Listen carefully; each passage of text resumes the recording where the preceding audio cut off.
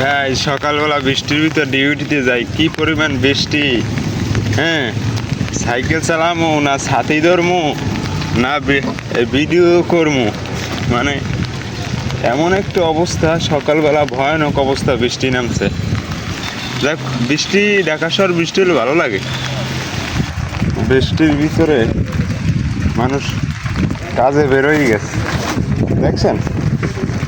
কাজ করতে হবে, কাজ না করলে খামো কি? দিন শেষে যাই কর না কেন, যত বৃষ্টি হোক ঝড় হোক, কাজে যেতে হবে। আল্লাহ তাআলা শরীর সুস্থ যত সময় রাখবে অত সময় কাজ করতে হবে। আজকে যদি কাজে না যাই, অফ হয়ে যাব।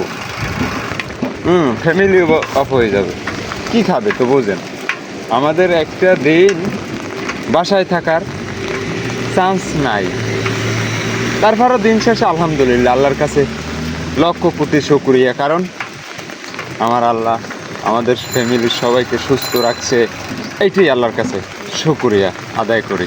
যে পরিমাণ বৃষ্টি নামছিল রে ভাই, ভয়ানক বৃষ্টি সকালবেলা। তো দেখলেন ডিউটিতে যাইতে পারে কিনা, এখন কমছে। এই ফাঁকে চিন্তা করি যে নাস্তাটা খাইয়া আসি যাইয়া, নাইলে আবার সময় পাবো না। বছরে নামাইলাম, এখন যাই নাস্তাটা খাইয়া, তারপরে কিছু একটা গ্যাপ পাইছি, মনে করেন 2-2.5 ঘন্টা একটা গ্যাপ পাইছি। বাসা যাই, কিছু সময় কাটাই আর নাস্তাটাও খেয়ে ফেলি। ভাই আমি আবার পরোটা চয়েস করি না, সকালে আটার রুটি আমার খুব ভালো, আমার জনপ্রিয় খাবার। 1 মাইল দূরেও যদি আটার রুটির দোকান থাকে সেখানে হেঁটে গিয়ে আমি খাই। খুব পছন্দ করি আটার রুটি। আম্মায় আগে আটার রুটি সকালে বানাই দিত, এটা অভ্যাস হয়ে গেছে। আর সবজি, আর এখানে তো মনে করেন যা দিছে বাধ্যতামূলক এখন খেতে হবে। এটা দিয়ে আর কি নাস্তাটা ক্লিয়ার করলাম। আর হোটেলের ডাইল আর ভাজি এখনো পদও না, খালি সেদ্ধ করে রান্ধে, কোনো মজা না। খিদাটা পেটে খিদা, এর জন্য মনে করেন দায় ঠিককে খাওয়া লাগে, না হলে আমারে ভাই জীবনে এগুলো কেউ খাইতে পারতো না। এখন পরিস্থিতির শিকার। এইটা নাই তা এটা খারাপ দেয় না। এই বোর্ড গুলা নিয়ে আসছি অফিস দিয়ে, সারা হাউস দিয়ে লই যাইছি। আর এইটা যদি এই যে লাগাই দিই, তাহলে আশা করি সুন্দর হবে। তাহলে নাক কাটা দেখায়, সুন্দর দেখায় না। হ্যাঁ, চমৎকার। চুল বড় হয়ে গেছে, অনেক বড় বড় চুল হয়ে গেছে। তো দেখছেন অবস্থা, ডিউটির অবস্থায় কাটতে পারি না। সেলুনে চলে আসছি ডিউটি শেষ করে। এখন সন্ধ্যা 7টা 7:30 বাজে, ডিউটি শেষ করেই সেলুনে চলে আসছি। একদম আর্মি সাইড দেবো, 2 সাইড থেকে একদম অল্প করে রাখবো, কারণ যে আবার সামনের মাসে কাটবো।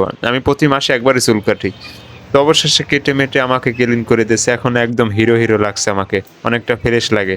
একটা বিশেষ কথা কি, আপনার চুল কাটার পর কিন্তু আপনার অনেক হালকা লাগে, অনেক ভালোই লাগে। তো এখন আমি একদম চুল কিন্তু ছোট ছোট ছোট ছোট করে ফেলছি, কারণ 1 মাসে আর বড় হবে না। চুল কাটার পর চলে আসছি বাজারে, কারণ রান্না বাড়া করা লাগবো না। বাজারে আই দেহি ভাই, যে গ্যাদারিং, কি মাছ নিমো, এক ডিপ্রেশনে পড়ে গেছি। সব মাছ আবার নিলে ঝামেলা রান্না বাড়ার জন্য। তাড়াতাড়ি যে মাছ হয় এইটা চিন্তা ভাবনা করতেছি যে কি মাছ নেওয়া যায়। তারপর অবশেষে দেখি যে লইট্টে মাছ। অনেকে আবার লইট্টে মাছ খাইতে পারে না। লইট্টে মাছ দেখছি, এই লইট্টে মাছ আমার চয়েস হয়, তাড়াতাড়ি হয়ে যাবে। পাবদা, লইট্টা, ভাইলা, শিং এগুলো আমি নেব না, আমি নেব লইট্টে মাছ। তো আমি যেহেতু রাত সকাল দুপুর 3 বেলা, তাহলে 3টা মাছ নিলে আমার হয়ে যাবে। তো বাইরে বললাম আমার 3টা মাছ দেন, সে আমাকে এখান থেকে 3টা মাছ দিল। তো বড় বড় দেখে 3টা মাছ নিয়ে নিলাম, জেতা তেলাপুইয়া লাপায়। একটা পেঁপে আনলাম, পেঁপে খাওয়া তো উপকার। এই পেঁপেটা 100 টাকা নিছে, কারণ আমার একটু পেঁপের দরকার, শরীরে একটু সমস্যা আছে। এর জন্য একটা পেঁপে আনছি 100 টাকায়। আইনে ছিলাইয়া মনে করেন একদম আস্তা গাদেই দিতে আছি। ভাত তো খাবো খাবো, সাথে পেঁপেও খাবো। পেঁপে খেয়েই পেট ভরে যাবে, যে একটা অবস্থা দেখছে। অনেক বড় কিন্তু পেঁপেটা, খেতে হবে তো। শরীর সুস্থ না করলে কাজ কেমনে করবো ভাই? আগে শরীর সুস্থ করতে হবে। তো যাই হোক, রান্না বাড়া হয়ে গেছে, এখন খাওয়ার পালা। তো দেখছেন অবস্থা, কত কষ্ট করে সারাদিন ক্লান্তি, কত ডিউটির মাঝেও বাসায় এসে পাকাইছি। যদি না পাকাই তাহলে হোটেলে খেলে তো আবার জীবন চলবে না। এর জন্যই অনেক কষ্ট করে বাসায় পাকানো লাগে। তো এত সময় ধরে আমার ভিডিওটা উপভোগ করছেন, আপনাদের অসংখ্য ধন্যবাদ। সবাই ভালো থাকবেন, সুস্থ থাকবেন। দেখা হবে নতুন কোনো ভিডিওতে। আল্লাহ হাফেজ।